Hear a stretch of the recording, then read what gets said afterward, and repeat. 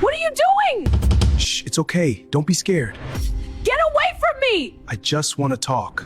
Queeneth had been married to Abina for 3 years, and during all this time she believed she had the perfect husband. He was always kind, caring and gentle with her. Every night, without fail, he would hand her small pills and say with a warm smile, "My love, take your vitamins so you can sleep well." Queeneth trusted him completely. Why wouldn't she?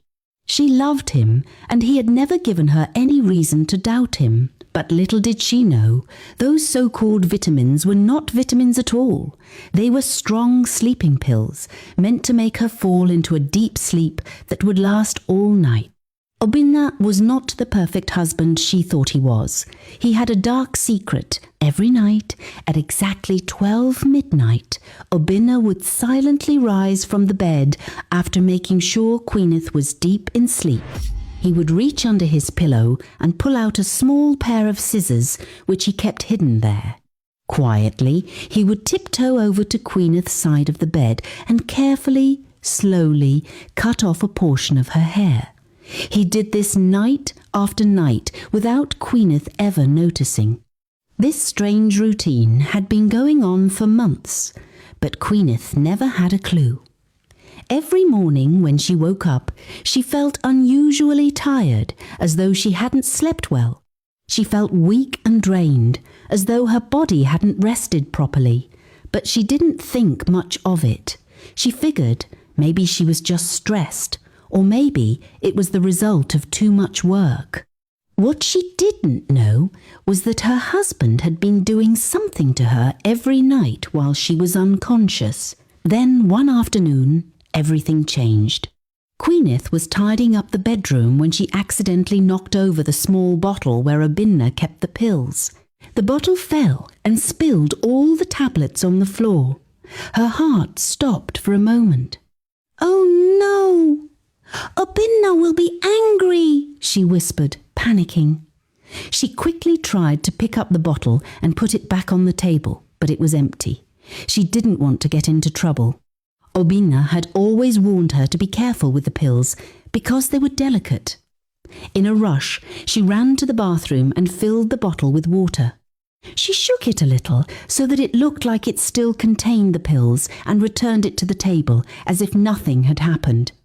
That night, Obinna came into the bedroom with a smile, just like he always did. He walked up to the bed and asked, "Have you taken your vitamins?" Queeneth nodded quickly.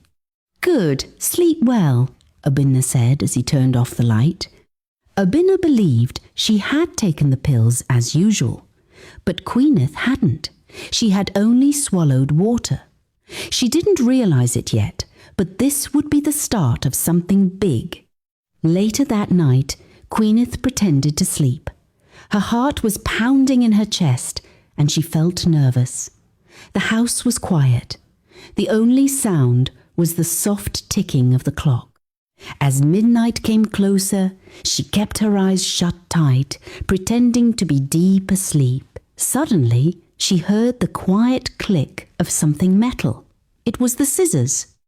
She could feel Obinna's presence near her, bending over her as he quietly cut her hair, just like he had done many times before. She lay still, too shocked to move. "Honey, what are you doing?" Queeneth asked in a soft voice, barely able to breathe. Obinna jumped back in shock, his eyes wide with surprise. He looked at her as though he had been caught doing something terrible. "Why didn't you take the drugs?" he asked, his voice sharp and full of anger. Queeneth froze. How did he know? She thought to herself. She had never questioned Obinna's motives before, but now everything seemed wrong. Why did he want her hair, and what was he doing every night? Her mind raced, but before she could ask more questions, Obinna quickly put the scissors back under the pillow and stormed out of the room. Queeneth lay awake, staring at the ceiling, her thoughts spinning. Something was terribly wrong. The next evening, she made a decision.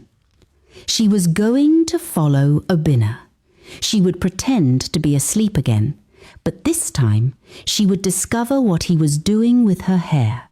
That night, Queeneth was filled with anxiety, but she knew she had to be brave.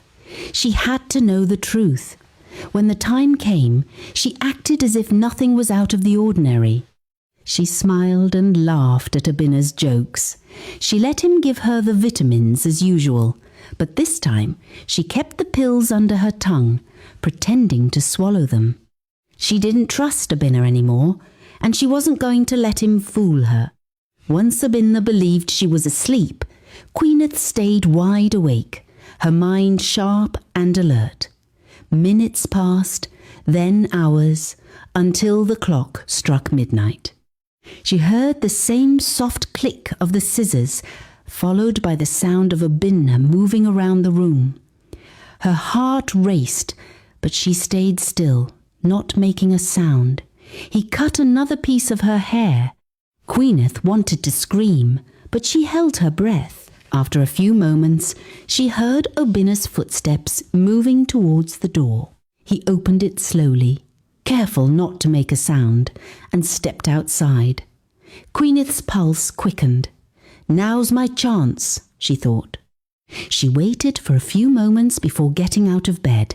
She was determined to follow him and find out what he was doing. She moved quietly through the house, following Obinya's dim flashlight as he walked through the living room.